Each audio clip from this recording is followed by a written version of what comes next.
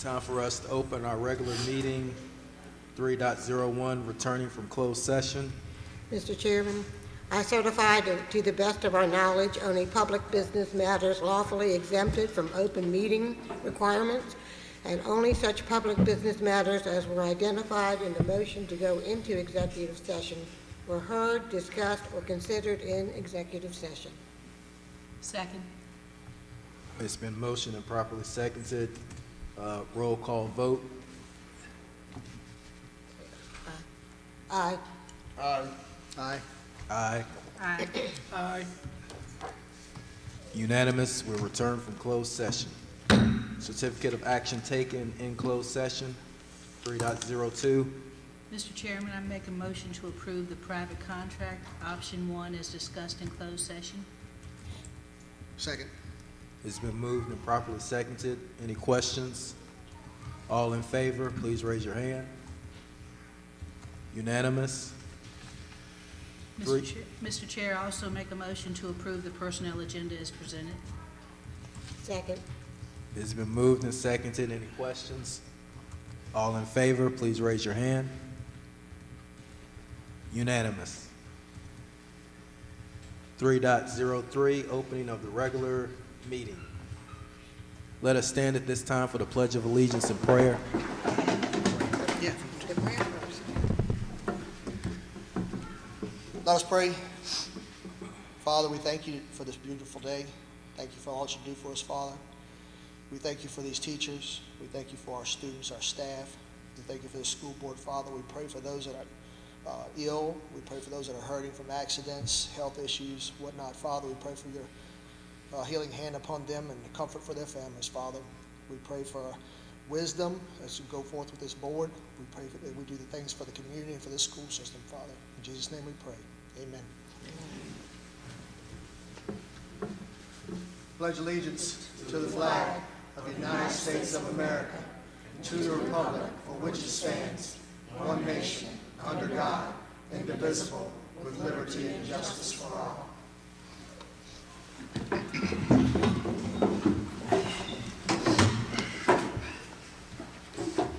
3.04, adoption of agenda.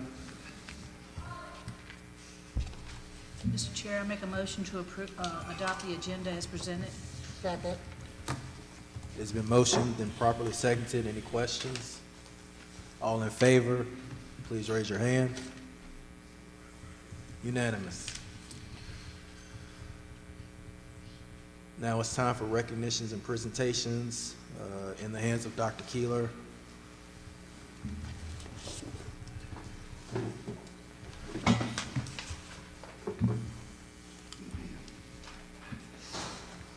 Tonight, we are going to honor our second senior of the month, Miss Rylan Morris.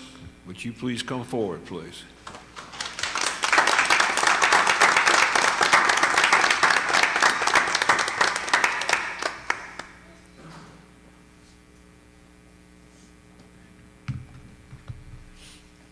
Rylan's been very patient with me going over here this week because I've had to meet with her a couple times to get everything straight.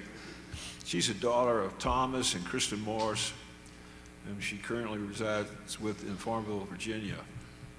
She is a straight A student and currently maintains a weighted grade point average of 4.14, making her number 10 in her class as of now. She is a duly enrolled student through Southside Virginia, a vice president of the SCA, battalion commander, and Raider Color Guard commander, a member of the National Beta Club, a member of the National Honor Society, as well as runs cross country and is the libero, I got that right, on Buckingham volleyball team. In addition, Rylan participated in track and field for 2 years, and in her free time, she enjoys hanging out with friends and competing in Raider meets. Rylan can also be seen picking up trash off the highway, which adopt the highway, working in concessions at football and basketball games, and assisting with college and career advising events, and assisting with the fire department, distributing letters. Once she graduates, she hopes to attend Liberty University with an ROTC scholarship to major in biology in order to attain her career as an officer in the Army as a physician's assistant.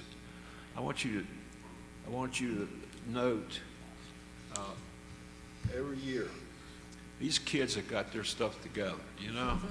They think about what they're doing and they got a plan. And we were very happy that she's going to be one of them too. She'll graduate with her associate's degree before she graduates from high school, so that's outstanding. Let's give her a big hand.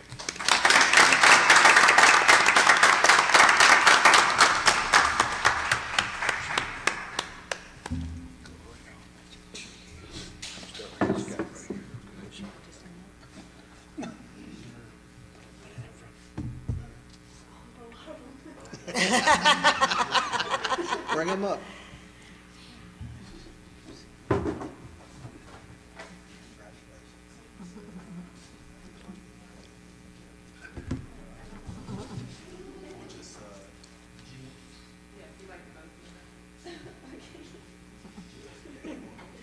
Good luck to you.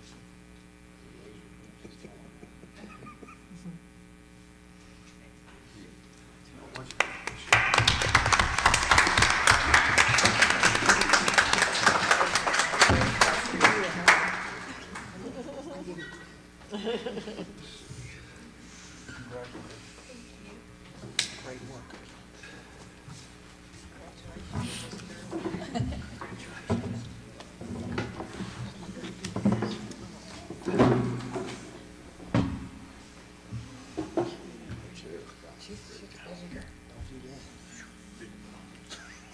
Several years ago, we started a policy of recognizing employees.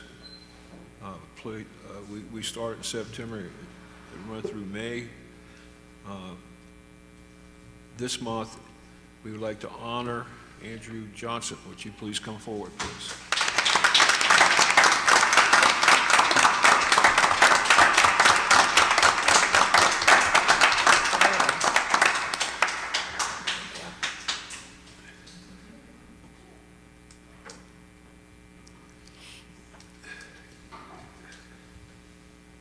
Great coach.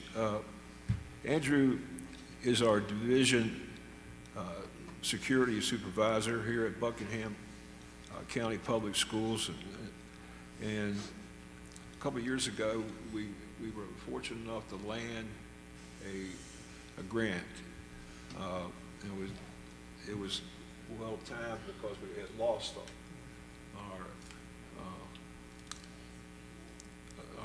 our other grant, and so we were able to hire some folks, and hiring Andrew was one of the highlights.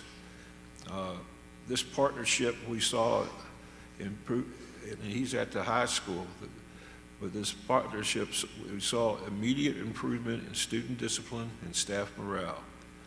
This year, he is serving this position individually, but his impact is continuously changing the school climate.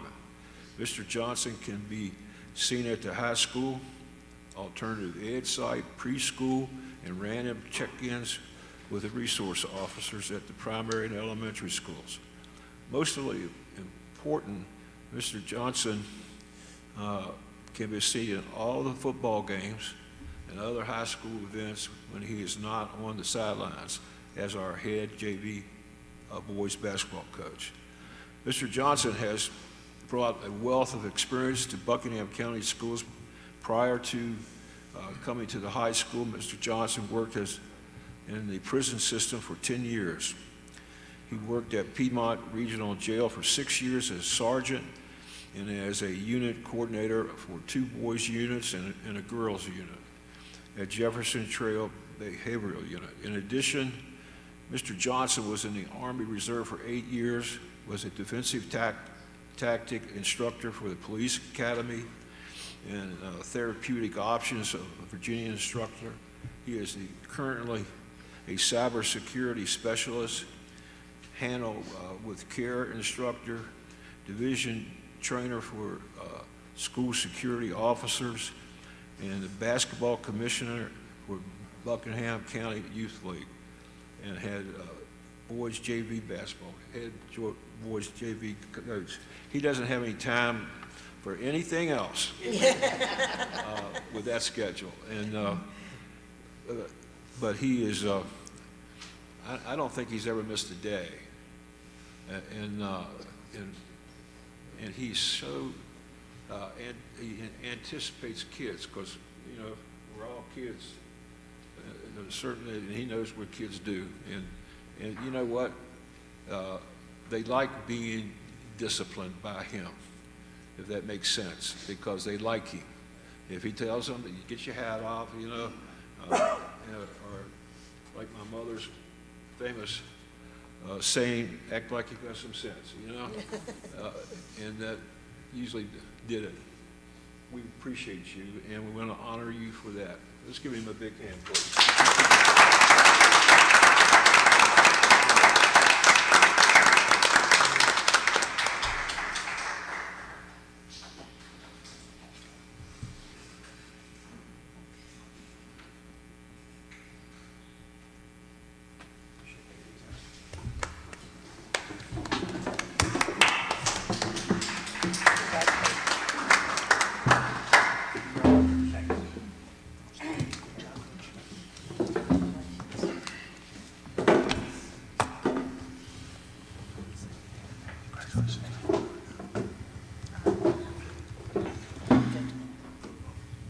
Well, you got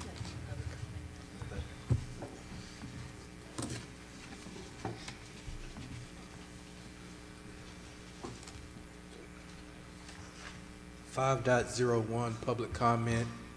Anyone who wishes to address the school board must state their name and address and limit their comments to 3 minutes. This is a time for comments only. Board members do not respond to the comments made. Questions should be submitted to the school board in writing and will be given the appropriate person to answer as soon as possible. Anyone signed up? Yes, Layla Woodyard.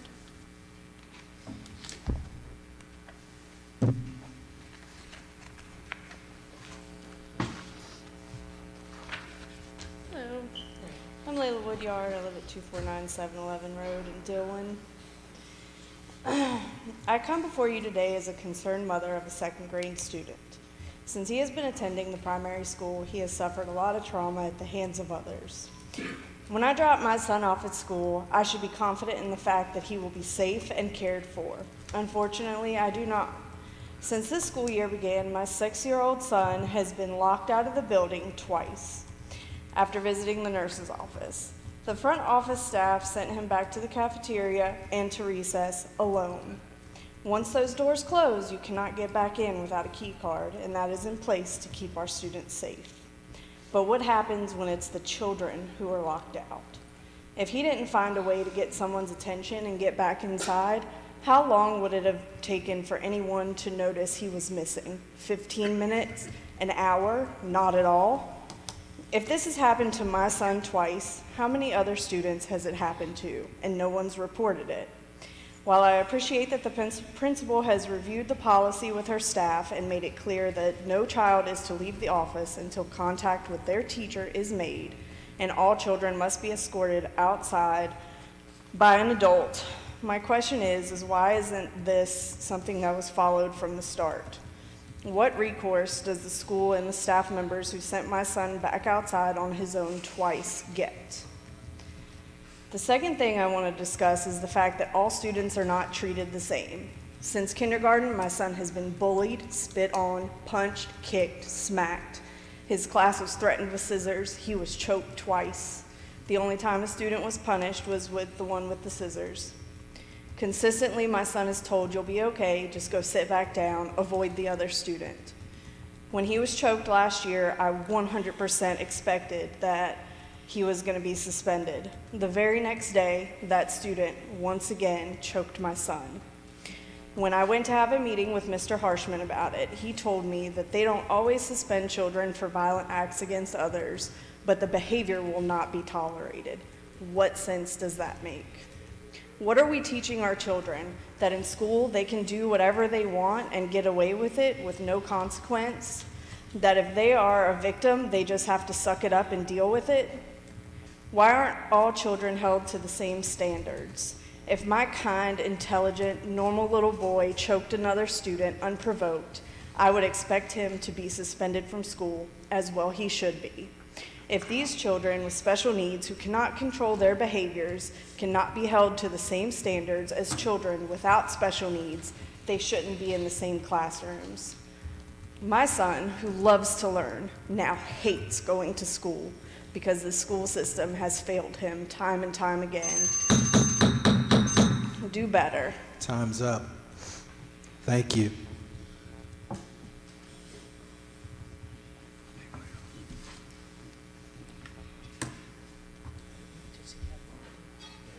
No one else. Approval of the consent agenda 6.01.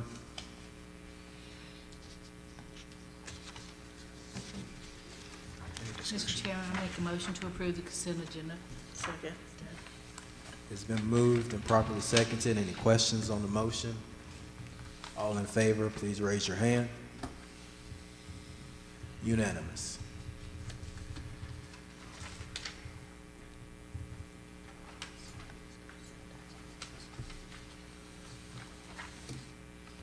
I do have a couple questions, if that's all right. I know we've approved it and everything, but if Yes, it's sir. po- Go ahead, Mr. Vice Chair. If it's possible.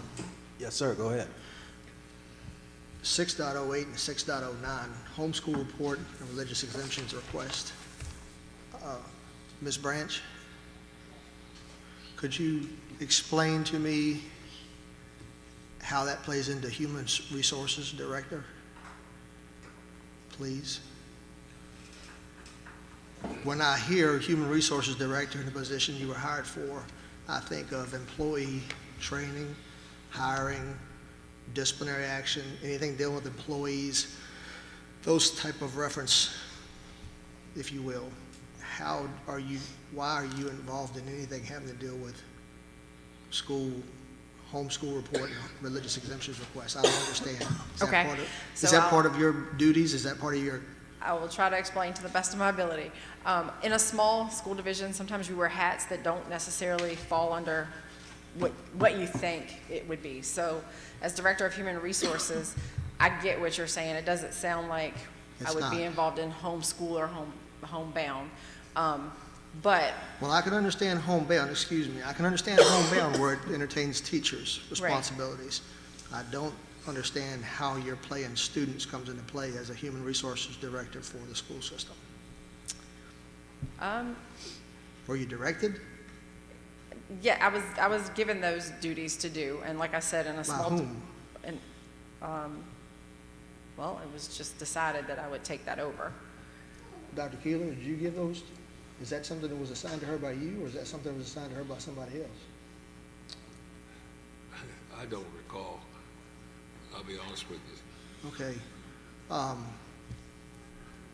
not sure how that plays into your duties, tracking, training, hiring our teachers that we're already short of now, and dealing with students in addition to that with no other resources. Do you have a secretary that works for you that can take care of this, or you? I do have a secretary that helps, Okay, yes. so she put this together. Yes, she works on the He, she. spreadsheet and adding names and, Okay. yes. Yeah, I don't understand how those duties got on our human resources department, if you will. To me, it just doesn't make sense.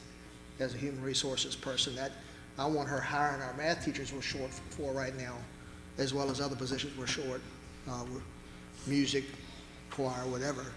So I'll have to follow up with that because doesn't make sense to me, and I'll address with the rest of the board and see what the opinion is, but I don't understand how human resources deals with student issues, if that makes sense. Yes, sir, I But understand. thank you for your explanation, I appreciate it. Yep, no problem. Thank you, Mr. Vice Chair. Anyone else have anything that they wanted to say? All right. Report of the superintendent, 7.01, presentation, accreditation versus accountability. Christine Jansen, Director of Instruction.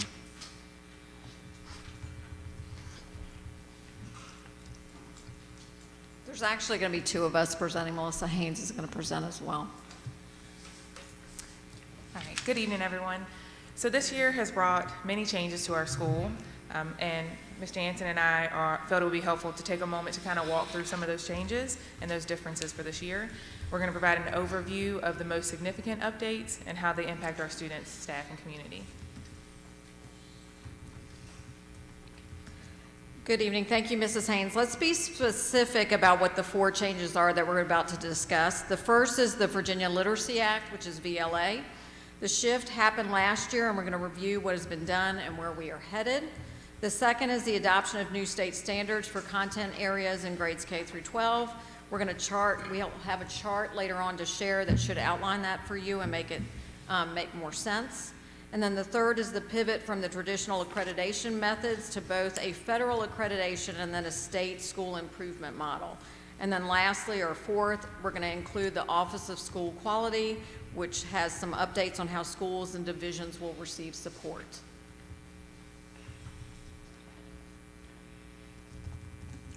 So we're going to talk about the Virginia Literacy Act. Where are we? We have our state-approved reading curriculum rolling in grades K through 5 with Amplify after our team went through the careful process of textbook adoption and ongoing vendor training. We're going to have the start of our middle school intervention period with Lexia and IXL help. Grades K through 8 buildings now have reading specialists employed, thanks to the All-In grant, which paid for all of these supports. Training in the science of reading by all of our K through 8 staff is rolling. This is required by law, and some of our staff members will be completing upwards of 18 hours of module training. Fortunately, anyone who is receiving training in grades K through 8 will be receiving compensation thanks to written federal and state grants. Likewise, the student reading plans, or SRP on here, are new this year. The plans focus on students identified as high risk by the Virginia Assessment of Literacy Learning Screening System, or we'll call them VALS. These plans ensure early intervention for those who are most in need, and they will be developed with input from multiple stakeholders. All right. So on the next slide, we have the adoption of the new standards across the content areas. So as we move forward, several content areas will be implementing new standards with updated assessments rolling out in the spring. So you can see there on the chart, the English and language arts standards have been revised to focus on the integration of reading, writing, speaking, and listening. New math standards emphasize problem solving, critical thinking, and real-world application of mathematical concepts. Testing in the spring will be, they'll give you a problem, and then there will be a follow-up question about why that's the answer, the justification of it. So that's a new strategy with the testing. History and social studies will integrate a greater focus on historical analysis, primary sources, and civic understanding. Revised science standards encourage inquiry-based learning, hands-on experiments, and understanding the scientific processes. So as you can see from the chart here, the high school will have 2 testing modes for this school year. In the fall, it's the old test. In the spring, it'll be the new test.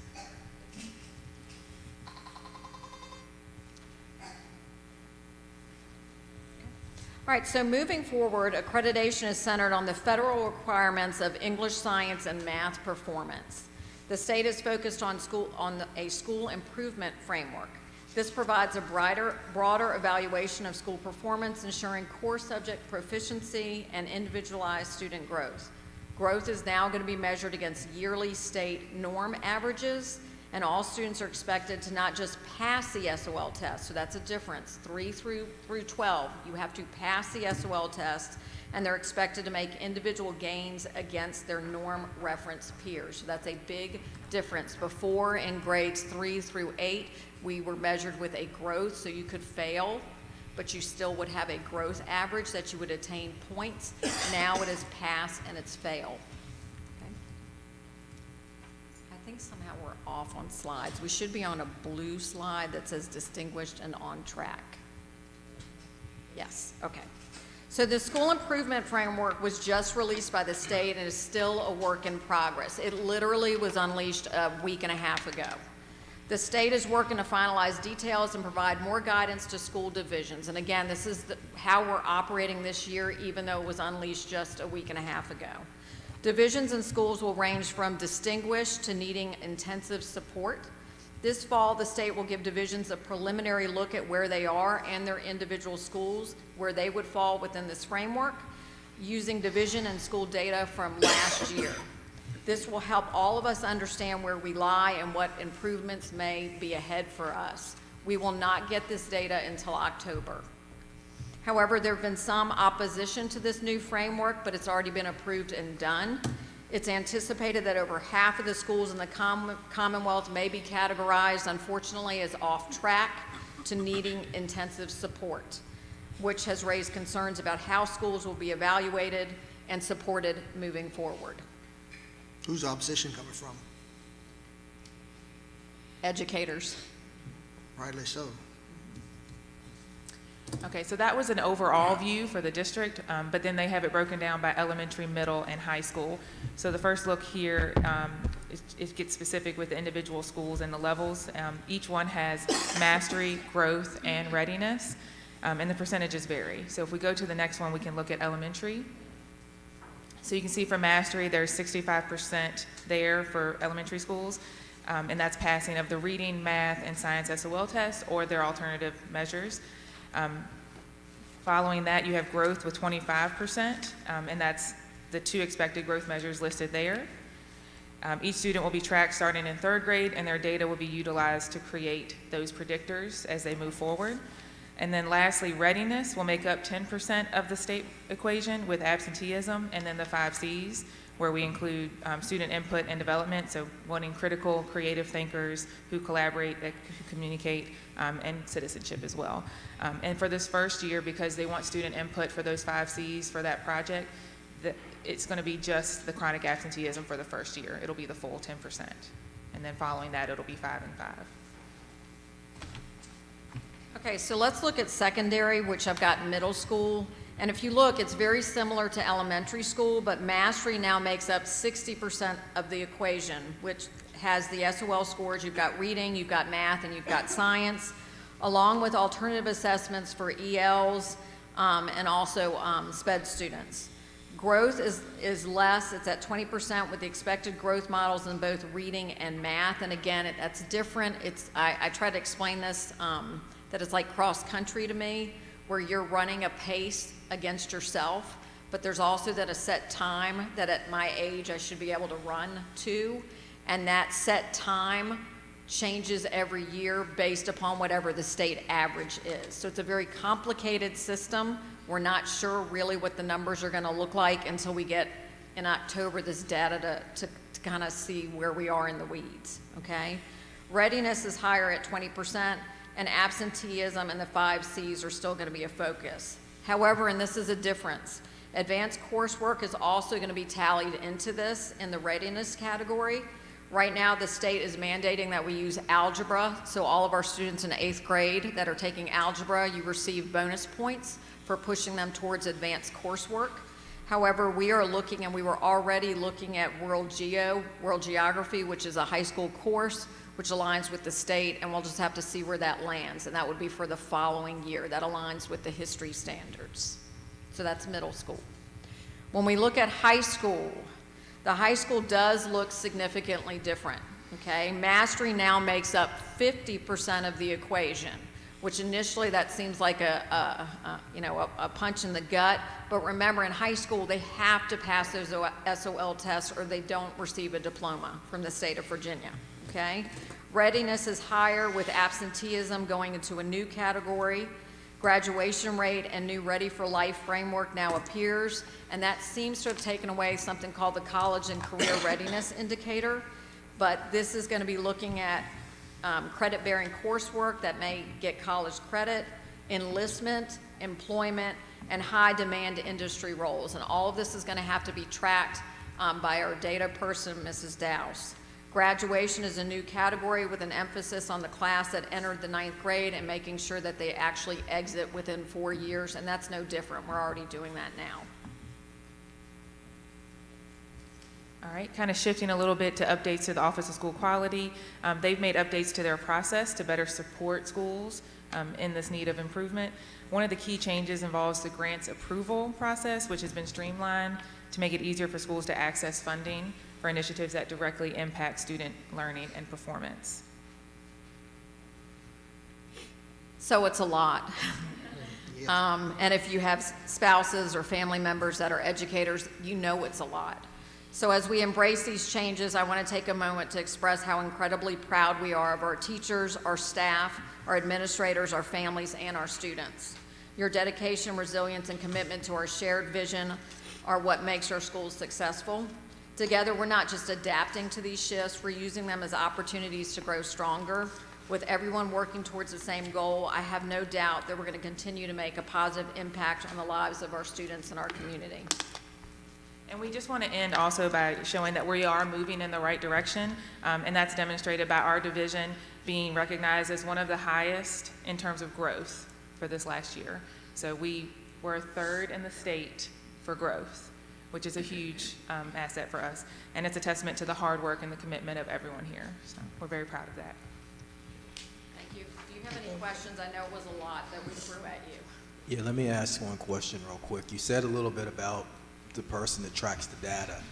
So of course that means that there's a process by which we go through in order to track the data. Is that process going to change at all based upon some of the new things that are coming out of the state? Are we going to have to come up with any kind of new ways of doing it? Are we going to have to get some new kind of software or anything like that? Or I don't think we're going to need any new software. What will happen is they'll unleash or unload some sort of new field that might have to be created, and that's why Mrs. Dowse and she has like a framework or a circle of friends that they work through when the state gives this new information that they have to pull. But all of it should be housed in Power School, and so then you do a pull from that. But it is time consuming. I know once we start getting into literacy plans, and again, this is getting into the weeds because it gets really complicated, but every student that's behind is going to have a literacy plan. And Mrs. Dowse and her team has been working through to create a literacy plan hub that we can put this information, because that'll have to be developed with parents. And again, more of an emphasis on our K through 3 teachers doing all of this work. It's just, it's a ton of work that these folks have been putting in. And it doesn't stop because you've got new math standards, you have new science standards, we're already looking at math textbooks. It's just ongoing. And so we just have to continue to lift each other up. Everybody's going through this process, and I continue to be proud of the work we're doing. And just to add for the data piece, they have VIVAS, which is their program for housing all the growth data that we were talking about we'll get access to in October, and we've already been working through that process to get teachers enrolled and have access to that so they can see that data, and that's just on our receiving end of it. So you said October? So we'll know something, or some sort of feedback in like Yes. November's? Okay. And the idea with that is to actually pull like our team together, and you would try to pull individual students, because whereas before, if you had a gifted student, all they had to do was pass the SOL, you guys. Now I've got to make sure they grow.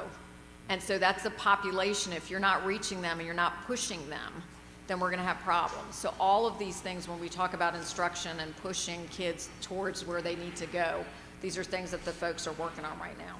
I'd be interested in not just the data part of it, but as you're moving through the transition piece of this, is the feedback is going to be critical back to the state on not just the data piece of it, but also the teacher feedback across the board for every student type that's in those classrooms, and what they're seeing it as hey, this is an area we need to change or fix or whatever, and letting the state know. So I agree. The Board of Education meetings are fascinating. They shut a lot of people down that spoke because they were frustrated with the way that some of this was handled.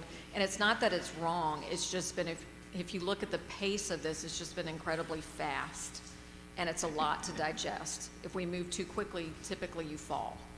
And we don't want that to happen, because that's our students, and it's also our staff that you just pointed out that we're trying to keep boosted up and keep here in What are they Buckingham. saying they foresee in the next year to 3 years with implementation of this impact to the school systems? Not just the education piece of it, but the impact to the people that are actually doing the work. Are they seeing, like, we know we're going to have some issues with XYZ, are they articulating that or not? They're not. They're very focused on student and that federal test. That's what perpetuated this, okay? And I don't want to be political, but the federal test is what kind of perpetuated this, but that's a federal test that a lot of us don't participate in. And so it looks like that we dropped significantly, but the state of Virginia is still a high flyer. Did we drop some? Yes, but we're still a high flyer. And to tell teachers that we're not high flyers is just wrong. What do they say? What do you mean? Do we dropped a little bit in the graduation piece or in the data from the last 4 years? What are we talking about? It's just one particular test, and a lot of school divisions opt not to take it. So your data is skewed out of the gate because you're being compared against other states that may have more of a data pull or more, it just depends what population you're pulling. Is there a benefit or not to opting out of the federal test, or is that not supposed to be a thing? I think the benefit is it's one less test to take. If you look at our middle school, I'm We're having sorry. enough troubles with the SOL. Correct. Well, it's just that if you look at our middle school in particular, how many tests are you going to give someone? Right. Yeah. Okay. Yeah, I'm curious. Yeah. And I Thank think you. that Mr. Snoddy brought up a good point. What has been thus far some of the feedback that you've heard from the teachers? I Yeah, think you that. probably don't want to say that out loud, do you? No, no, I don't think it's that. I think that they've been great about all of this work, but it's sort of like the modules. We worked really hard. The administrators worked with us to find money. And so we were just talking because she said, hold up, I'm paying for federal for these 2 schools. Where are you getting money for middle school? Well, I had to get it out of a state grant. And so it's just being creative, because if you're doing 18 hours of module work, you need to be compensated. And so divisions that are not doing that, I don't understand, because the lift is heavy. You need to compensate your people. And so I think everybody would agree that VLA is great. It's just a lot of work. And then when you topple with that, I've got to have a discussion in probably a month that we're going to be adopting math textbooks, and hey, guys, let's go. We got to do this again. It's just hard. So you got to continue to foster your people and take care of your people as best as you can. And so it's hard work, but I'm just proud of what we're doing. And I do think that we are seeing progress with our kids. And I think that's what you see with the growth, that we're 3rd in the state, and we just need to continue that trajectory. I'm very, very proud of the administrative team, and I'm also very proud of the teachers and the kids, because they're rolling as well. My fear is it's going to be a new thing, and the thing is not going to, the product's not going to be worth the thing that we just got handed, I guess. That's my concern. I can understand that, and it's unfortunate that you weren't on the other end of this, but it's replacing what's called balanced literacy, Yep. which I'm high school and she's middle school. Okay, so we had kids, and we were both English teachers. So we had kids at the high school that couldn't read, okay, or were poor readers because they used a balanced literacy approach, which is it's good enough. Look at the pictures, guess words. At some point, that doesn't work, and so. It's the right movement, it's just a lot, but it's the right decision the way that we've gone, because we've seen it on our end. I'm sorry, there's usually not pictures at the high school level, and anybody that is working in like a biology field or something like that, you've got to be able to attack words. You have to have some knowledge, decoding skills. You do. Concur. Thank you, I'm sorry. Thank you. That's okay. Anyone else? Thank you. Didn't mean to hijack it. All right, thank you. 7.02 presentation, JR2C Rated Program National Competition Invitation, Mr. McCarthy Gauze.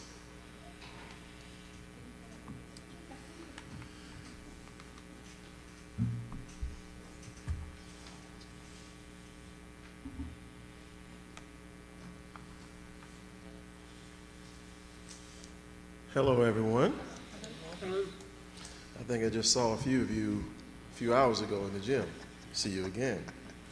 First, I want to say some of you have served in our military. I want to say thank you for your service. My name is McCarthy Gauze, and I'm standing in for Sergeant Grazer today. The Buckingham JRTC program is comprised of a diverse group of students crossing ethnic, gender, and socioeconomic backgrounds. Our goal and mission of the JRTC program is to develop and motivate young men and women to be better citizens.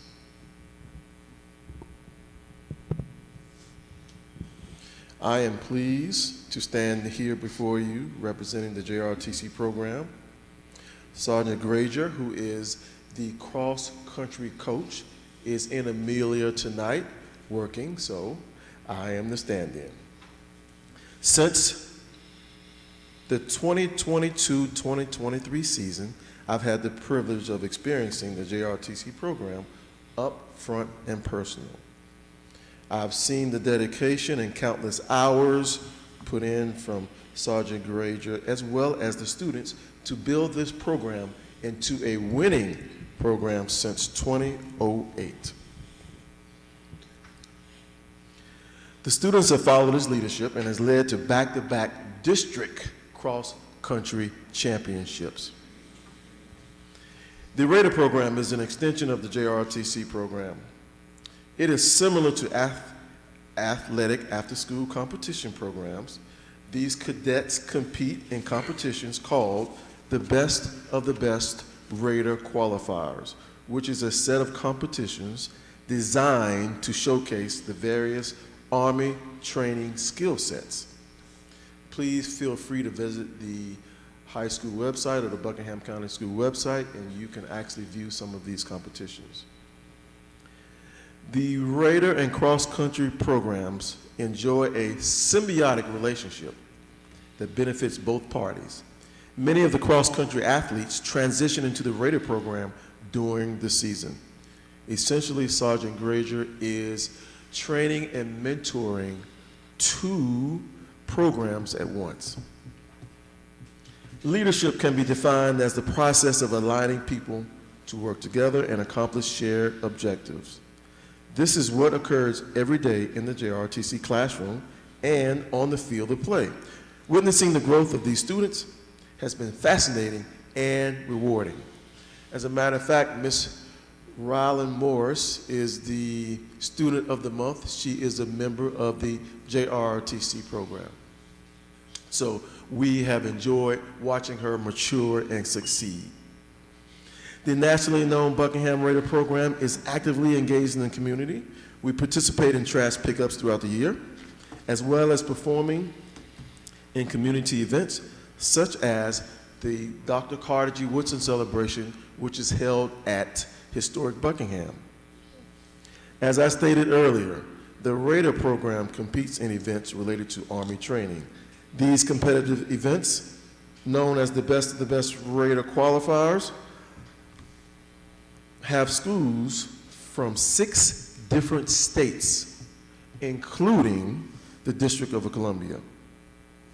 To advance to the finals, a program must complete the difficult task of winning a qualifying event. Generally, the schools that we compete against have a larger student population and access to more funding for their program than the Buckingham JRTC Raiders. Our winning aspirations come with associated costs, including hotel fees, uniform costs, food for our weekend trips. The money granted would fund the Raider program, which relies solely on donations and fundraisers. The JRTC program has various fundraisers throughout the year, but the shortfall is overwhelming. Our highly competitive competitions help guide our Raider team members as they mature and take the next steps into the future. Many of our competitions are out of state and the distance is too far to travel on the day of the competition. We would greatly appreciate your assistance in our efforts. Now, we have a few photos here. If we could go back, you could see a picture of the group. Go back to the beginning.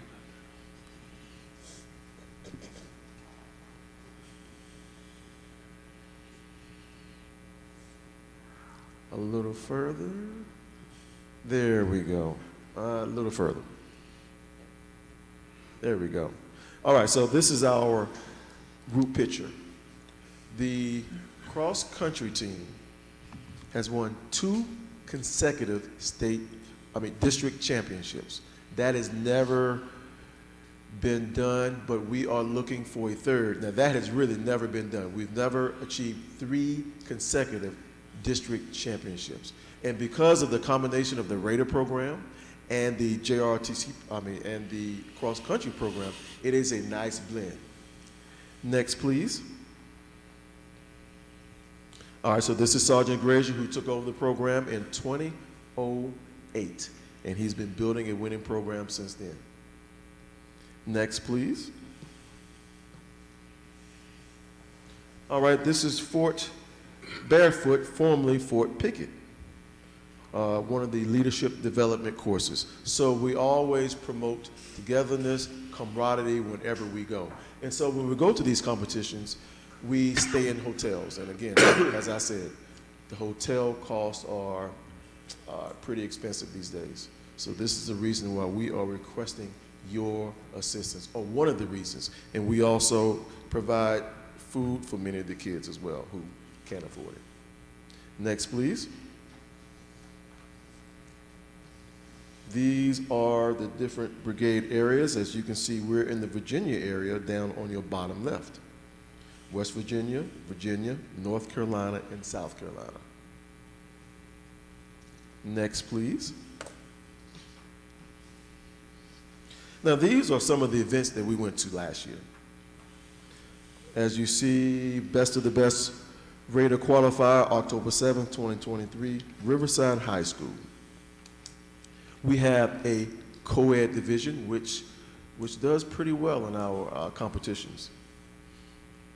We also went to Fort Knox, Kentucky, another co-ed team. Co-ed team placed 10th. In West Virginia, the co-ed team placed 1st. And these courses are not easy. They are quite challenging. So the coaches and the students are putting in a lot of time.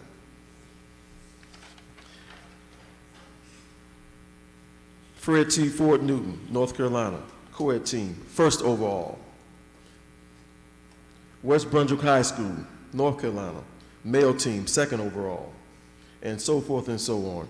Bedford, Virginia, male team, 2nd.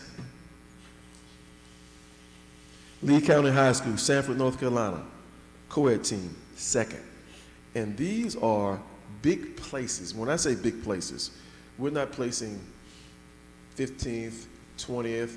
We're such a small school, and for us to be able to compete against bigger schools, it means something. As a matter of fact, we got a phone call today from someone in Maryland asking about what we do in the program since we're doing so well in the blend of the cross-country and ROTC Raider program. Next, please. These are just more shots of the team together, promoting team camaraderie. Next, please. Again, more photos. Next, please.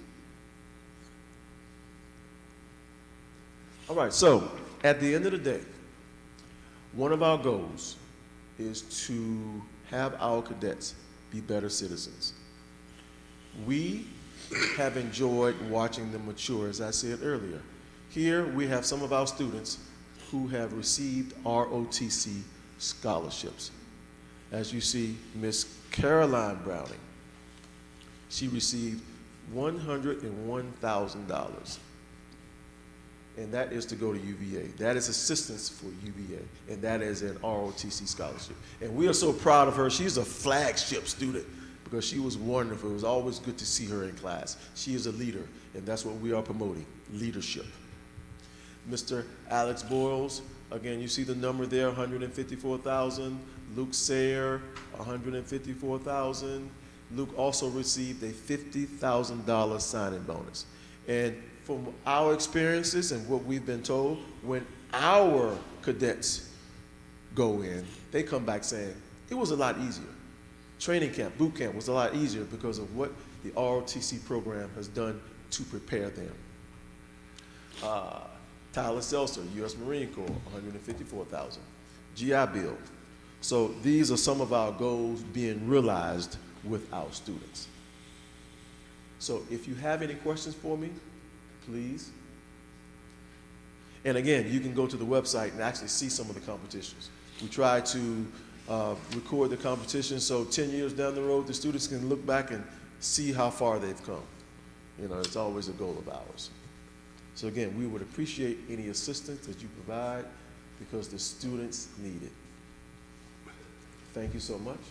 Any questions? Now, what role do you play? Are you out there running around with them, or? Well, I'm not out there running around. I'm a little probably over the hill right by now, but no, we don't do that. No such thing. We might ride a bike, but no more running, no sir. And again, my name is McCarthy Gauls, and I came in as a long-term substitute during the 2022-2023 season. And I have gotten more out of it than I anticipated. Again, it is fascinating and rewarding to see the kids mature and grow into adults or into adulthood. I have a question. Yes, ma'am. When is the Nationals this year? I can't tell you the date on the Nationals yet, but I will get back to you on that. Okay. But it's before the end of the year, before December, right? The Nationals will be after December. After December? Yes, ma'am. Okay. Because I wanted to make a motion to approve $1,000, but I'm not sure exactly which fund we gotta take it out of. To give to the JROTC for the Nationals. Yes, ma'am. Any luck for the officer replacement? We had a name to come through, and I don't think it met the qualifications yet. Mr. Gauls has done an excellent job of helping and fill in. We Well, appreciate you. We try. I'm Again, worried about the longevity of the JRTC program here at the school, because Right. I know, Sergeant Grazier's probably getting a little long in the tooth, and at some point he won't be there, so. if very true. we don't have an officer there and we don't have the enlisted, the future of our JROTC program is at risk at this point. Agreed. I talked to him today, he does have plans to retire after this year. And I did talk to him today about that, and he said he would stick around until we can find a replacement. At least that's what he told me. I wasn't going to say it, but I'm glad you did. So he's trying to hang around. I mean, he is really invested in the students. And there are certain students you just bond with. So he really doesn't want to leave them without any leadership right now. So he's recruiting again, is that? Well, you could say that. For his replacement. That's right. You could say that. He can stick around, but we got to recruit some. Oh boy. Thank you for your All time. right. Thank you so Thank much. you guys. Thank you much. Sergeant Grazier's done a wonderful job, and the program is a wonderful program, so thank you all so much for your hard work. Thank you, Mr. Gauls. 7.03, recommend approval to participate in Radford University study. Mrs. Christine Jansen, Director of Instruction.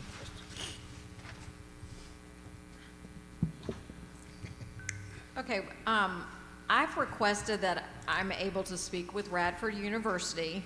The superintendents in the various regions have signed an agreement to participate in a comprehensive instructional program, which is our CIP that we do with Matt Hurt. And I'm seeking board approval to take part in this study by speaking directly with Radford University. So you're probably asking, what is this? It's focused on best practices. The discussion is going to focus on understanding the why behind successful instructional strategies used in high-performing regions, particularly in elementary math and reading, to help improve outcomes in our rural and disadvantaged communities. I'm requesting permission tonight for myself as Director of Instruction and any third grade teachers willing to participate. It's optional to be interviewed as part of this process. The feedback gathered will remain anonymous to ensure honest and valuable insight. Regions 7 and 8 have been asked to participate, which consists of rural and disadvantaged divisions. Region 8 includes divisions like ourselves and Prince Edward. It's been noted that in the past, we've been one of the lowest performing regions in the state, And Region 7, which is the opposite region, includes divisions like Washington County and Smith County, and it's one of the highest performing. So that's the data pool that we would be looking at, which would be, again, interviews. So what do we gain? What do we gain out of this? Why am I interested in this?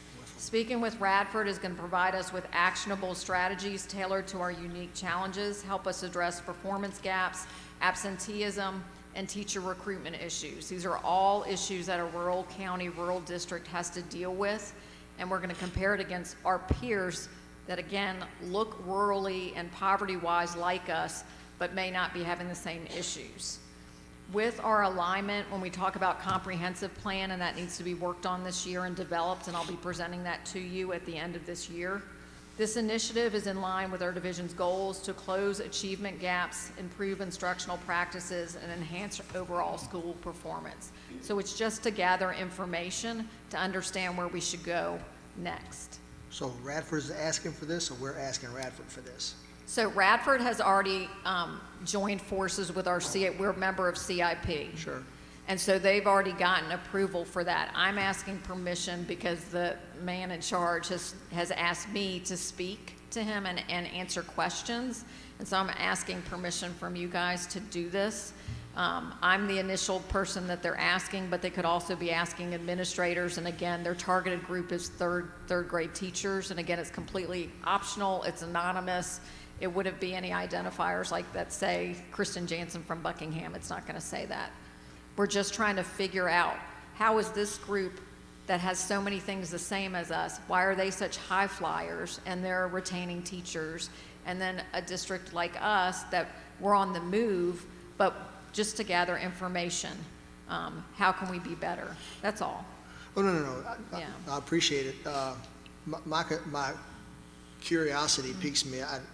So why Radford? Like, we have other colleges out there that put out teachers. They have interest in demographics, they have interest in whatever, right? It's a good question. So CIP is located like out the southwest. So I had to go to something, it was in Abington. I had never been there before. I thought I'd fall off a mountain getting there.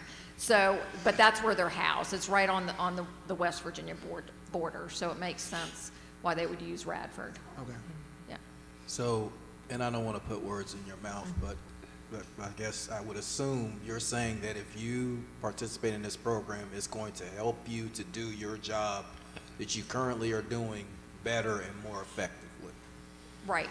I would like to see a high flyer and see what they're doing. And if I can figure it out with the help of my team, which I have an ACE team, but I just want more answers to help clarify things for me, because we work really, really hard. And I just want us all, I've only been here 2.5 years, but I want to move it, and they do too. If you talk to the staff, they want to move it. We were there. I guess the other frustrating piece is you talk to the teachers, we were there. And so it's just currently trying to make up for COVID and some of these things. We were the high flyer. I looked at the data. We were in Buckingham, so trying to get back to that level. So we were there, and we want to get there again. How long would the study take place? I mean, It's a very limited amount of time. They're supposed to interview me first, then it sounds like administrators, and then open it up to third grade teachers. We're talking, I would think, by the end of this year, being wrapped up and done, and then trying to scrunch information and get information to us. That's the timeline that I was given. Why third grade?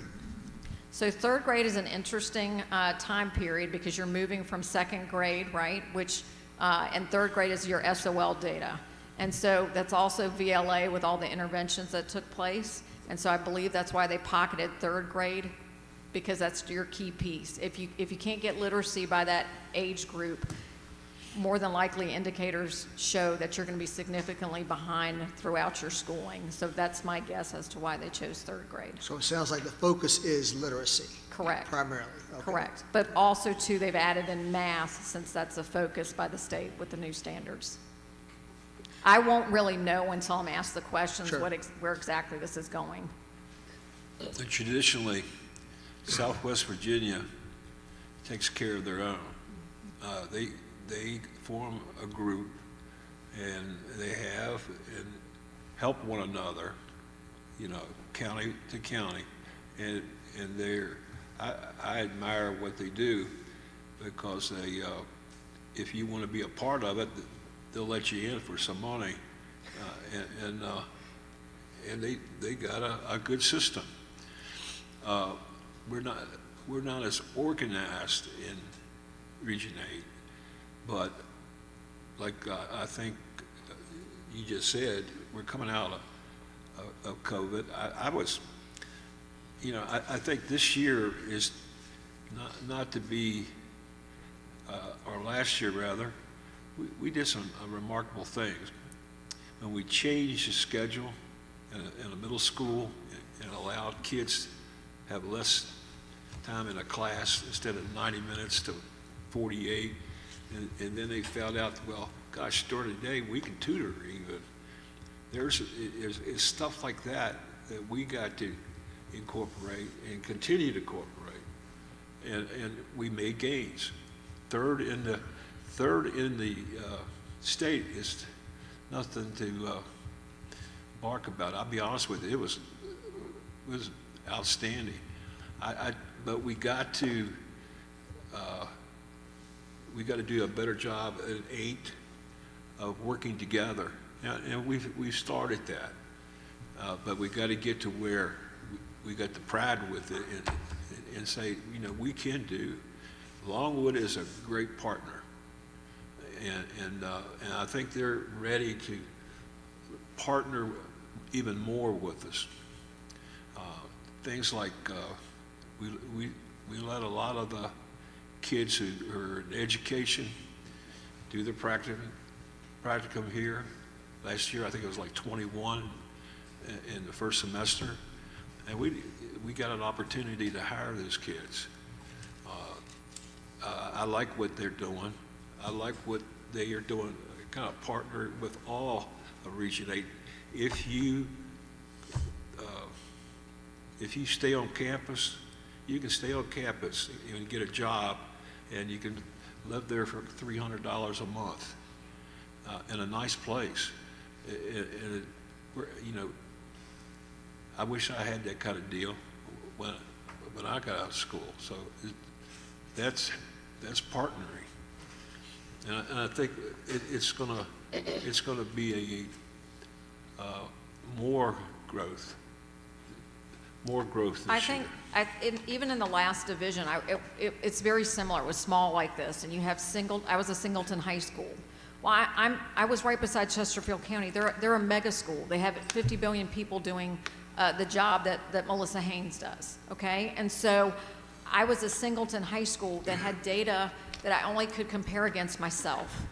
And so I needed to be part of another group so that I had someone to talk to as a principal, and my teachers had, like, I only had one chemistry teacher. And so I wanted her to have a consortium or group of people to talk to. So this is just another piece of that equation, which is a dialogue with a university to understand.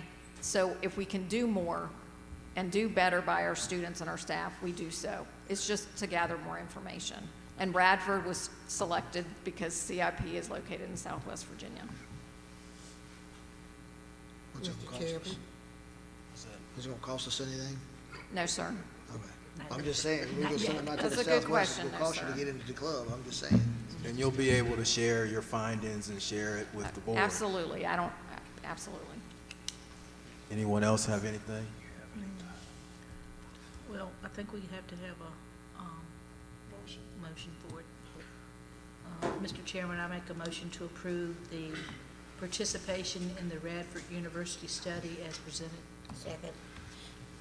The motion has been made and seconded. Any questions? All in favor, please raise your hand. Unanimous. Motion passes. 7.04, August 2024, VSBA policy updates, first reading. This is the first reading of it. It's 1, 2, 5. 3, 4, 5. Basically, clarifying language added to it.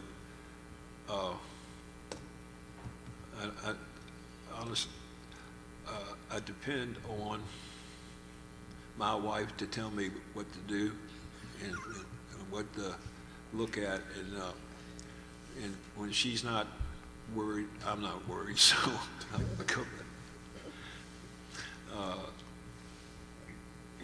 things like meeting with remote locations and clarifying language for that,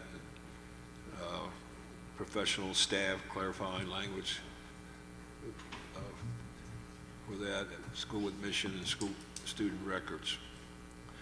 It's nothing profound in the thing. No, I read through them. It's only 5. It's not like when we get those stacks of like 25 or 30 that we got to do in the first reading. So these, I'm pretty sure most of us probably already perused these a little bit. Yeah. There's nothing outside of minor Yeah. administrative stuff in them that I saw that was out of line. But I don't know how many readings we want to do, but just, this will be the introduction before the next meeting, maybe. So we want to just wait till second reading? Is that, Give everybody a chance to read it, yeah. Yeah. all right? 7.05, recommend approval of international travel program proposal. Mrs. Suzanne Snoddy, Buckingham County Schools, Buckingham High School science teacher, and Mr. Sean Stinson, Buckingham Middle School science teacher. Welcome. Hi, good evening. Thank you all for your support. So I am here to, for those of you that are new to the board, let you know that in your email, that 5-document zip file, I don't know if it came across as a zip file, it contained the international travel program proposal, which gives you some background about the international tour company that we use. It is an educational tour company, and they do focus on student travel. I stood before the board last year to present a trip to Belize, of which we are going to take in May. We have 12 students that will be going with me, and in planning ahead, you have 3 potential high school trips. I'm not going to lift the lid on those for everybody. That'll be a surprise when we decide. But the show tonight is for Mr. Stinson and his middle school international travel opportunity.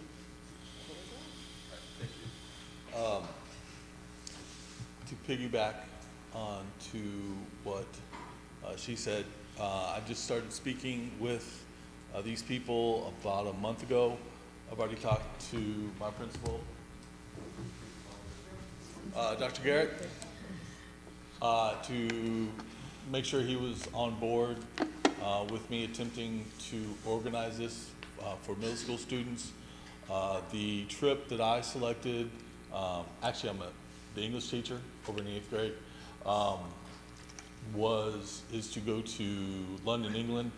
Unlike the high school trips, the middle school trips will be only like one stop, which would be into London, but then we would make various ventures out, kind of like day trips to like Stonehenge, to like Buckingham Palace, areas right around London. But London would be our base, simply because we'd be dealing with middle school age students, and we wanted to just kind of keep that focus, as opposed to picking them up and moving around different parts of England. We just would rather prefer to stick in the London area.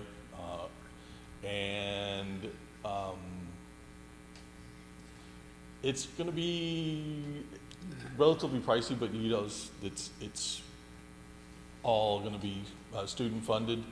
So I'm knocking on wood. Hopefully we'll be able to generate as much interest as the high school did. That's about all I have, unless you guys have any other questions. Like I said, we're in the infant stage right now. Like I said, I've only been talking to them for just a few short weeks. How many students would you be taking with you? If I get the opportunity to get as much as 12, I would be able to add another chaperone to that. So my goal is to get into double figures rather than just like 4, 6, 8, something like that. I'd rather get into double figures so I could bring another chaperone, which would be one of our social studies teachers. I've already talked to her about this, so that way we can kind of do some cross-curricular activities together by being over in England. And then That way I can have some of the English pieces and she can have some of the history pieces. Are you looking at the end of this school year or the next school year?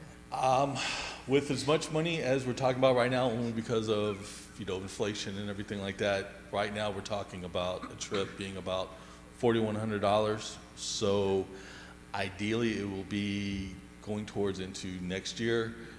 One of the things that I have to also deal with is also that I'm the JV assistant softball coach, so I'm having to make sure that it's done in a time frame where I'm available, so that way I don't shortchange my softball girls. So that's why we're kind of looking kind of like June-ish, so that way my season's over and we can make a trip in June. So trying to do it this year is going to be kind of difficult, but we want to go ahead and get that kind of an interest meeting out there to kind of see how much interest we would have for this trip. It gives the parents an opportunity also, if I'm not mistaken, to make payments towards the package. Correct. Yeah, Correct. so- Which is, like I said, I mean, in this community, a $4,100 bite is That's right. quite a big bite to take out in today's world.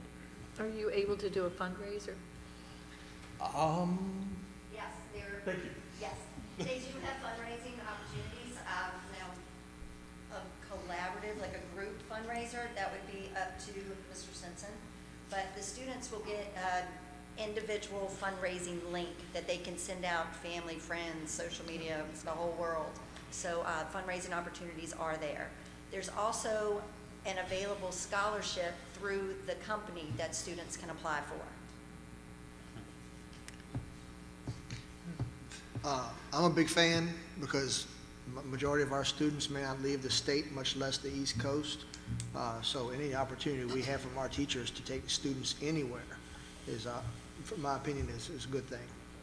I think you should have a banner made though, because I think it's really neat that Buckingham is going to see Buckingham Palace. So there should be a Buckingham, we're here. I don't know about a banner.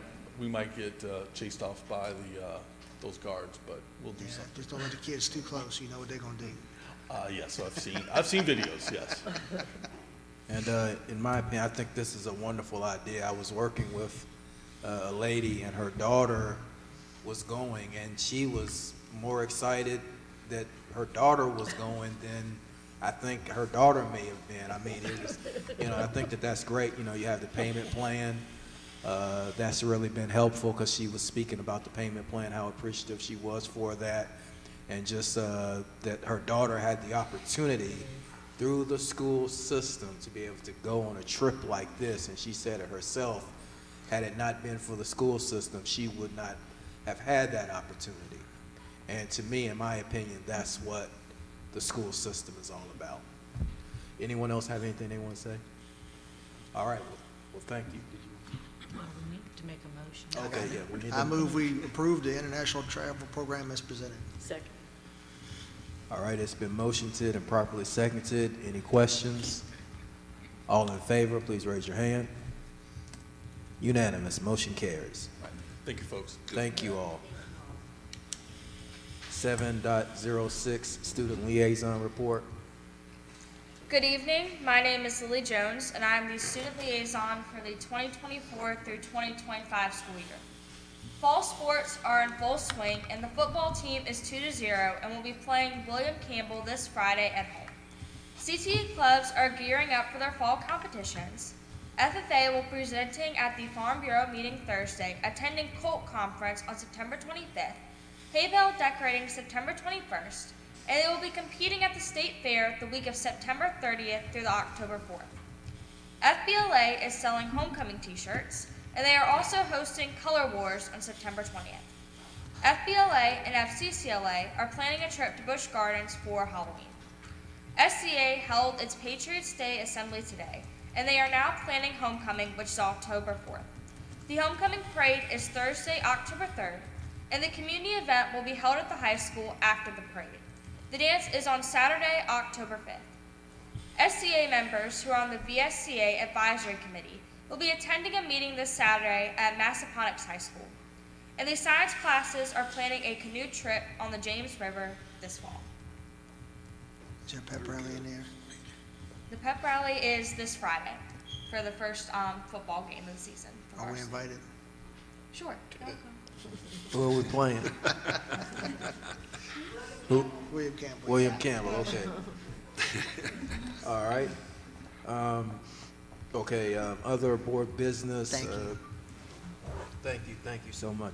8.01, school board member committee updates. Hanson, go ahead, Vice Chair. No, is JB still here? JB, did you want to talk about any updates with the facilities piece? Sure, just a brief, quick few minutes, I guess.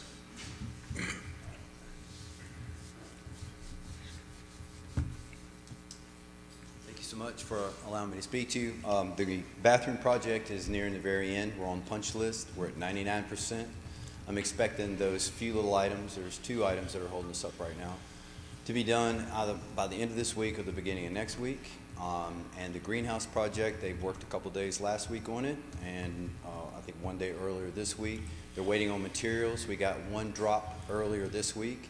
Expecting another drop today for materials, but we didn't get it, so I'm hoping that comes in tomorrow, and that puts them at work on the greenhouse. So we've got everything rolling in the right direction. I'm just really looking forward to wrapping that the bathroom project up. It's been talked about a lot, so I'm hoping to get it off the list and onto something else. I appreciate your patience and all of your hard work to make that happen, because without you guys and the grants and everybody working together, we would not have gotten that, so I appreciate all that work. Question for you? Yes, sir. Honeywell, I know there was an issue, and we've had some questions in the past on the Yes, Honeywell sir. stuff. All of that's been just in front of everybody. That's all been corrected. I would like to say that we have had a checkered past with Honeywell. Yep. It's been a rocky road at times. However, since we have had some internal changes with Honeywell, we have been spot on. We had a pretty, I don't want to say severe, but an incident that I do not want to have happen. I want 100% of the schools to be 100%.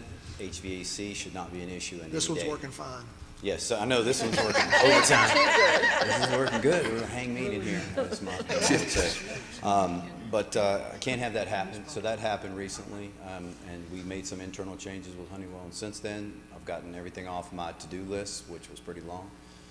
And the ground team that we have now, they're starting to get into PMs, and they're now ahead of me, which is what I'm after. So that's good news for that particular vendor. We are meeting with them Tuesday at 9 o'clock office and to iron out some things. The only reason I bring it up, I don't mean to put you on the spot. Oh, no, The only reason sir, I bring it up I'm is because complete- people have asked us, and you and I talked about it previously, and so I just wanted to, in front of everybody, let everybody know that it's being addressed. and Yes, sir. the I'm issues are 100% transparent, trying to make them work. Another point for you that we found out earlier today is we got poles for lights for the ballparks out here. Awesome. So we're hoping at some point down the road, we'll have to do a contract for getting everything put together, but just put for your radar. I think We've JV. talked about this a little bit. I have some contacts with Dominion, friend of Okay. ours, Charlie Allen, everybody knows. We all said the same thing. We know Charlie people Allen, that- he's their contact. Easy day, right? Yep, and he said, we spoke to a little bit about that he could help us with that. They have volunteer work they have to do, so it's a good thing. Yeah. So, Got it. Thank you, sir. Appreciate it. yes, sir. And just to let people know, that's the middle school that we've been waiting for how many years since this building was built? So, I literally was on the we don't tractor. know how many fields will be lit I up. was literally on the tractor the other day, and somebody called me to talk about poles for the lights for the kids to play sports. I was like, okay, thank you for the information. Any other committee stuff, or we're gonna go, I saw you sitting out there, so I'm gonna bring it up. The salary meetings we have, they're the first and the third Thursday here at 4 p.m. It's usually about 6 of us that show up, 3 from the board, and usually there's a handful of teachers and paras that show up. Conversations are happening. We have the pay charts coming out of last month for everybody's pay that's on contract for the entire district and everything. We're sorting through those. We will come to the board at some point. I want to go to the Board of Supervisors first, obviously, but I want to go here first at some point with the committee to brief everybody. Some of the information that's come across the board's desk is on how the pay is going to increase for everybody across the board. I'll be the first to tell you that that is not the case, okay? Tentatively speaking, you know, those that starting off we have a great starting salary here in Buckingham. The problem that we have is that as we progress through our steps, primarily the 10 through like the 20-year mark for step 10, step 20, whatever, you know, our teachers only get about a $2,000 raise, you know, for the first 20 years of work, right? Plus or minus a few $100s. But I think we're moving towards a great spot to where we can correct the deficiencies between the 5 and the 20 to 25 year mark with regard to teacher salaries. In addition to that, we've already started addressing some of the para issues. And I don't know if anybody looks at the pay scale or not, but we've got paras that are doing a tremendous amount of work out there, specifically the contracted ones, but inclusive of all. But their salaries are at the point where it's like $20-some thousand for, you know, a year. I say a year, right? The same thing as teachers. We say a year, right? They get paid for the year, all right?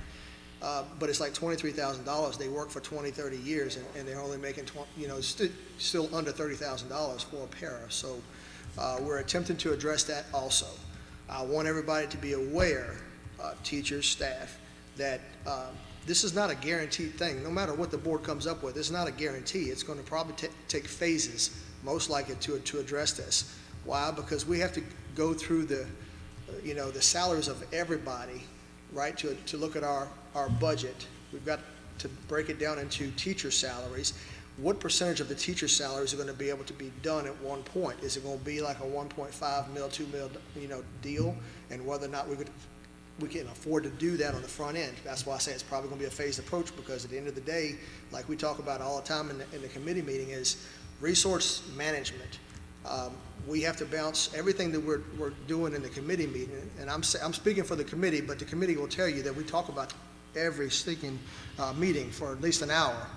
But a lot of it has to go back to state requirements for classrooms, state requirements for additional teachers, state requirements or federal requirements for additional personnel for IEPs, for whatever issues we may have in classrooms. So when you're trying to put that data together to come up with resource allocation for our superintendent and the admin staff to use, we're trying to crunch those numbers to get us to a point where we can say, all right, we have X amount of teachers, we should have X amount of students. We don't have X amount of students. How do we address the overage of whatever we got?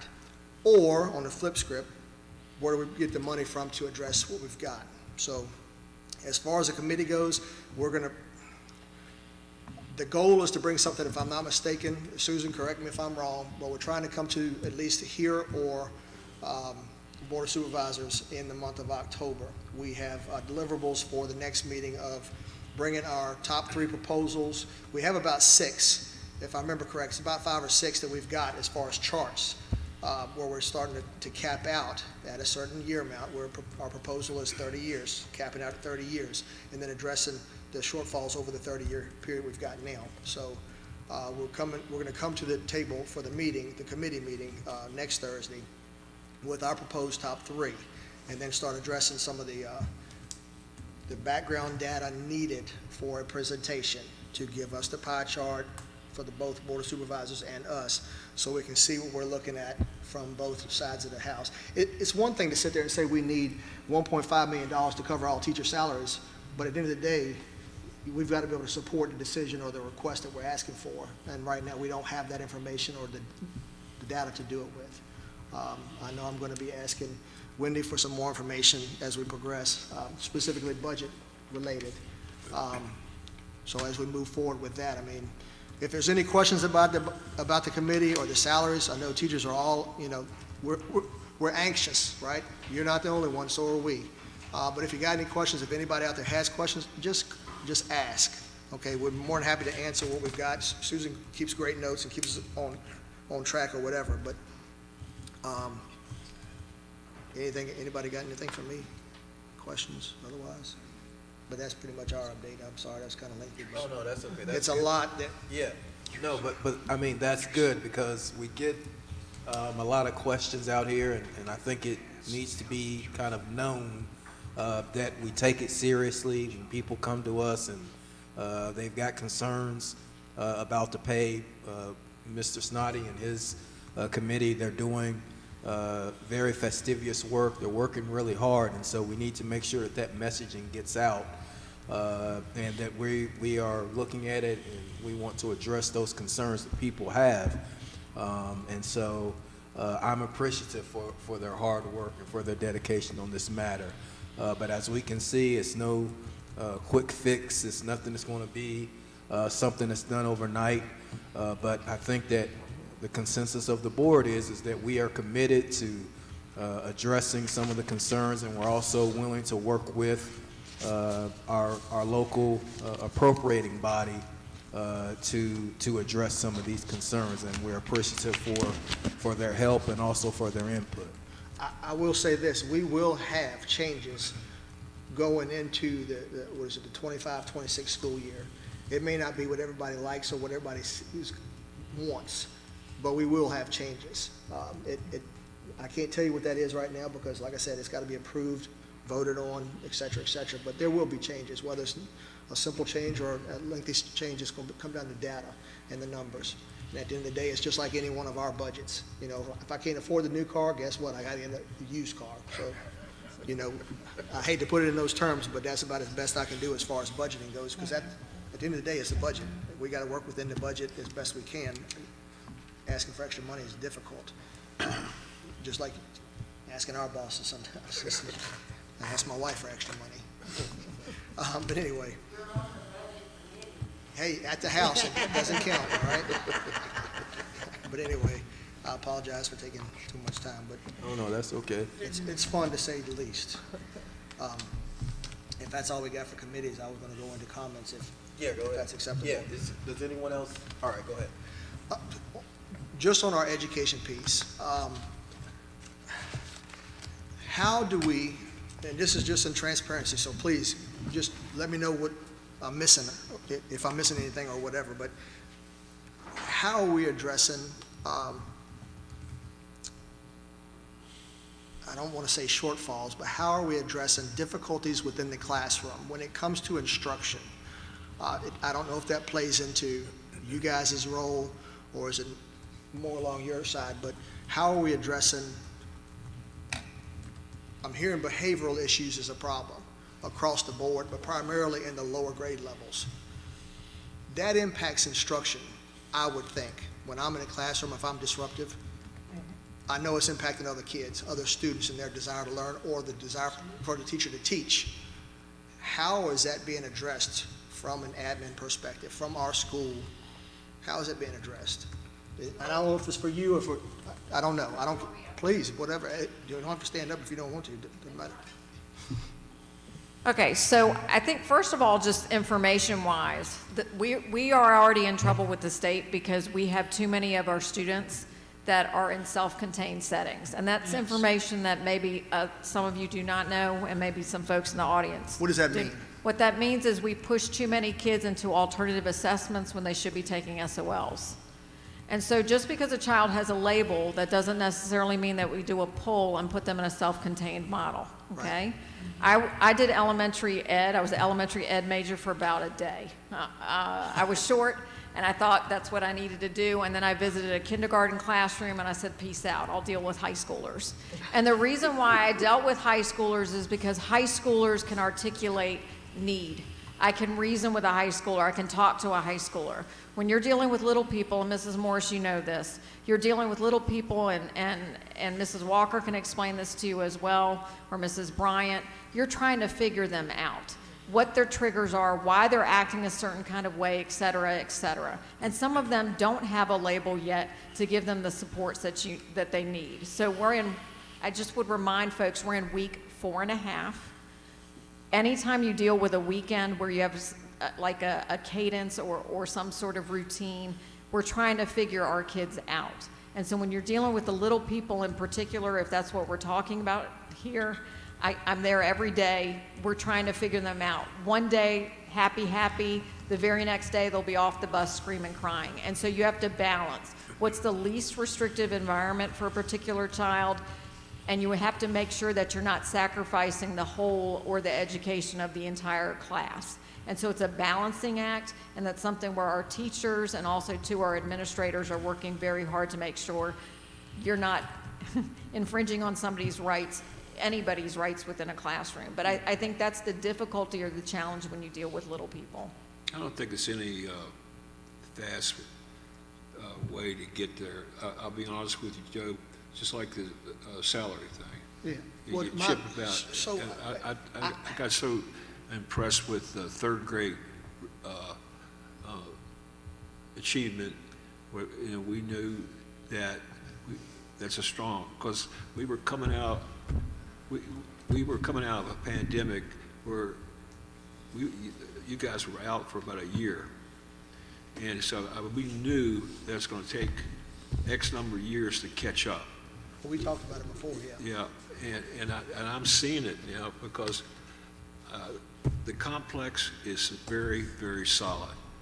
Got two good principals, we got a bunch of good teachers, but we're finally getting the results we want. Middle school, now it's trickling over to middle.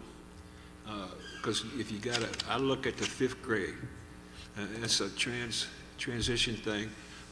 If they're strong, we got a good chance of being a better sixth grader. And it's probably going to take another couple of years because I'm looking at and I follow how many kids graduating, how many kids are graduation are getting the dual enrollment thing, how many are struggling. We are winning that battle. It's slower because if you're in the 8th grade or 9th grade and you're struggling, it's going to take you a while to get out of it. But I look at the freshmen we got coming in. I think they're better prepared than they were 3 years ago when I got here. I'll agree with you. My concern is that, so question one, we're in the doghouse from the state for confined students. What does that mean, and what criteria are they using to make the statement or make that claim, or are they giving it to us by email, we're getting phone calls from VDOE, or what? We have to produce an action plan because we're over identifying, and then the means in which we're supporting our students. Just because somebody has a label and they may have to be taught or instructed a different way, that doesn't mean to do a pullout. So I'm older, and so back in the day, that's what you did. You did a pullout model. The more you remove children from tier 1, which is your whole group, your whole class instruction, the further and further they get behind. Sure. So as a high school principal, I'm trying to get a child through who reads at a 2nd grade level. And the reason why is because we think we're supporting the child, but we're actually putting a ceiling on a child when they're in 1st grade.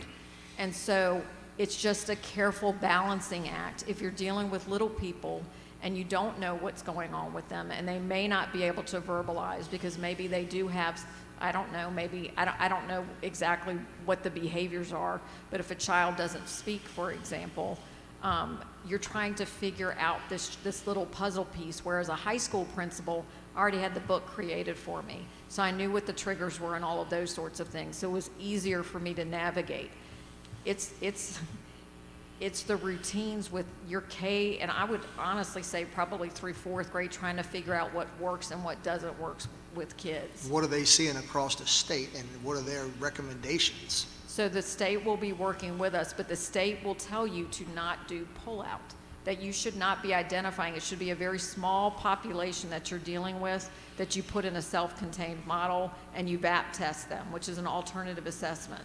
Your other students should be doing SOL. So even though, for example, a child may have an ID label, which means they're developmentally delayed, that doesn't necessarily mean they can't achieve a standard diploma.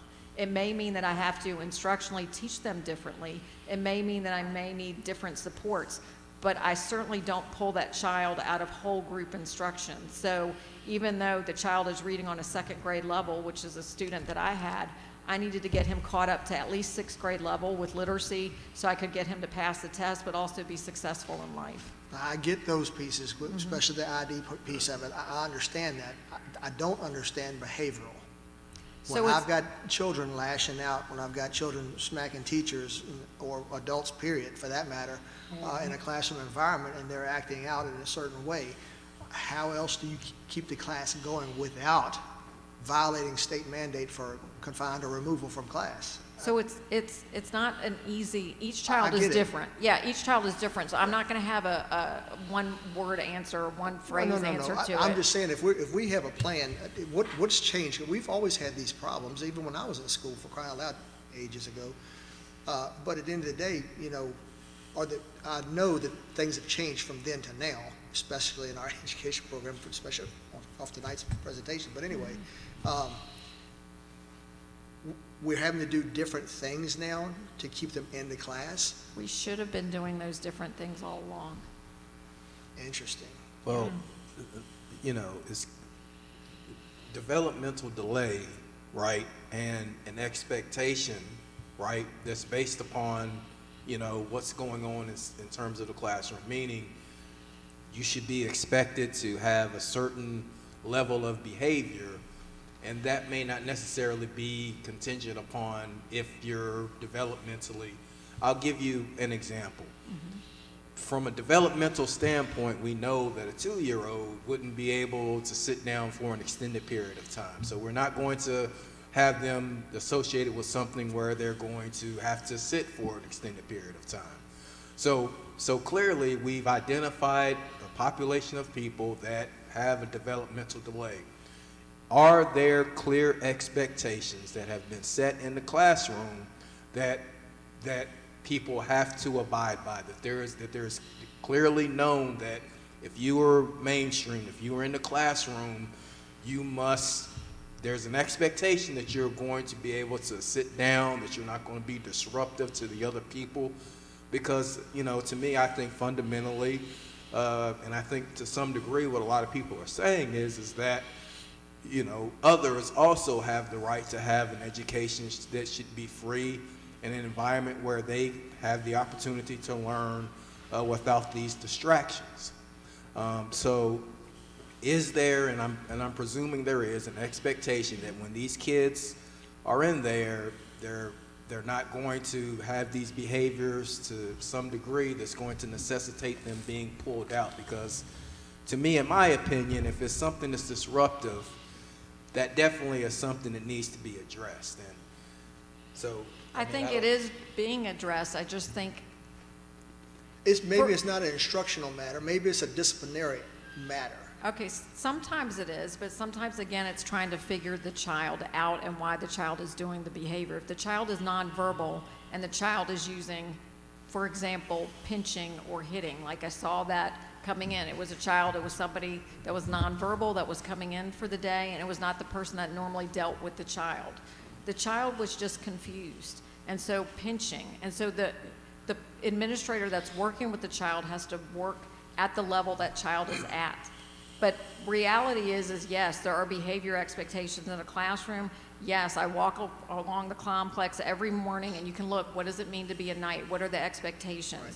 But also, too, please understand, the same bar that we have at, for example, a high school is not the same bar that you use with K through 3. You just don't. Or pre-K through 2. Johnson came up here and he was awarded something. I saw him firsthand with a child that was having difficulty in class, who was lashing out and carrying on. He made the concerted effort to come back and loop back and check on that child over and over and over again. And it was fear was what was motivating it. So you're trying to figure a lot of these things out. Yes, the behavior has to get fixed first before the instruction can occur. But I can assure you we have a great staff. And I can assure you that if teachers are not feeling supported, then they just need to dialogue with their principal. I think that's probably the key or the nail, yes, right there. That's the direction that you go. They need to talk to their principal. Yeah. Okay. I have a question. So I have a grandson who was born very premature, so he's got delays, and he's in a SPED program in Alabama. He's in fifth grade right now. So when he is, the only classes he goes into with his twin for mainstreaming are like art, music, and other, because they feel like his academic needs can be met better in the self-contained classroom. So when we are putting kids in mainstream classrooms, it doesn't matter if they're primary or high school or whatever, is it with the expectation that they can make the same academic achievements within the regular ed classroom as they could in a self-contained? So everybody has different paces that they go, right? And so what you're asking me is a hypothetical, and I don't know this, I don't know your grandson, and so I don't know those pieces. I just know that I always tried to get my kids to get a standard diploma. You really had to have significant delays for me not to push with the IEP team and with families to do that, because I had until the child was 22 to get that done. Right, so that's what I'm asking. If you've got a child who, whatever case, it doesn't matter who it is, if they are found to have delays of some type, and you're putting them into a regular classroom, are they expected to be able to meet the same type of minimum goals as the other kids in the classroom? Yes, you have the SOLs that they need to achieve and pass, yes. The answer is yes. And with supports, and that's what you got to figure out with your teams, with supports, they should be able to do that. And the state is saying that we are self-containing too many students, but that's not the reason why. The reality is we're at the beginning of the year and there's going to be behaviors. Just like, for example, when we get back from a break at the high school level, typically there are behaviors. There's just the ebb and flow. And right now we're trying to figure the kids out. If you ask the principals, they would probably tell you this is not atypical. You're trying to figure out the kids. We're week 4.5. But I would encourage folks to please talk to their building supervisors. Thank you. Apologize. Thank you. No. All right. Well, thank you so much. I wanted to say thank you to the Department of Corrections that they donated 15 boxes, and it's important for us to engage in our community. So I am going to go out and to see the inmates that donated this. They used their personal money, from what I understand. So we're appreciative to the Department of Corrections and to that program that donated those 15 boxes. So thank those so very much, all those that were involved with that. Thank you. Did anyone else have anything that they wanted to say? Joey, I just want to say I have those pictures coming for you. Can you speak on the microphone? Thank you. No, I just want to tell you that I have those pictures coming for you from the principal. Okay, good. Yeah. Good, okay. Good. I got her today. It took me till Okay. today. Can you Photoshop my face in? Yeah, well, yeah, so Yeah. Mr. Chairman, I hate to hold it up because we've already gone over, I know. But back to the committee thing, I just wanted to make a statement that I believe that I asked for something about starting a committee and that I would head it for the policy committee. And right when I did that, the very next month, I had a health issue, so I couldn't come, and it's kind of ongoing. And the reason I even did it in the first place was I was very concerned about the cell phone thing in the policy, and I wanted us to make sure that we had it correctly. But I believe I'm understanding that that's moving forward okay. And now that we've been getting the policies all along from our higher-ups to send it to us, we're able in our, just us talking, to go over it and make sure they're okay. We can make our corrections then. I feel like at this time we probably don't need a policy committee. And it was so nice, someone had offered to be on the committee with Miss J. Jansen, and that poor woman does so much that, it's too much to ask of anybody. And right now it's too much on me, and I'm really sorry about that. but I just felt like I needed to share that, and is that okay? I mean, I don't think y'all were, I know you didn't want to be on it, it was just, so it was just one of those, I think that it might not be needed, so, at this time Now, anyway. it was really nice walking through the high school today to not see all the phones out. You know, I think I might have seen one, and who knows what the extension, you know, what the circumstances are or whatever. But it was nice to go in classrooms and see the kids interacting with each other and not on their phones. So, you know, it seems like they're doing a good job with it, you know, at least what I saw today. And thank you, Mr. Talley. There was a wonderful program at the high school this morning for 9/11. Thank you so much. Just a wonderful program. And we did go to the pre-K the other week and went to all the classrooms, even out to the playground. So we enjoyed that, and those kids are doing good. I mean, They really just are. a few weeks in, and they were well behaved, I thought. So that was great. And we need to give her credit for the program because, I've said it before, we're very lucky to have a pre-K school. It gets, right now, we have about 100 kids in it, and those kids are going to be advanced. And that's another way that we're catching up. When they go to kindergarten, they're ready. And thank you, Sarah. And she's got a white rabbit that we donated here outside of this meeting one night under my car, and now it thinks it's a dog in her house. And thank you, Mrs. Starrett. Thank you, too. I know you were planning, did a lot of planning with the program and did all of that, so thank you so much. And make sure I get some of the pictures. Anyone else? All right. Hearing none, seeing none, I now declare this meeting closed.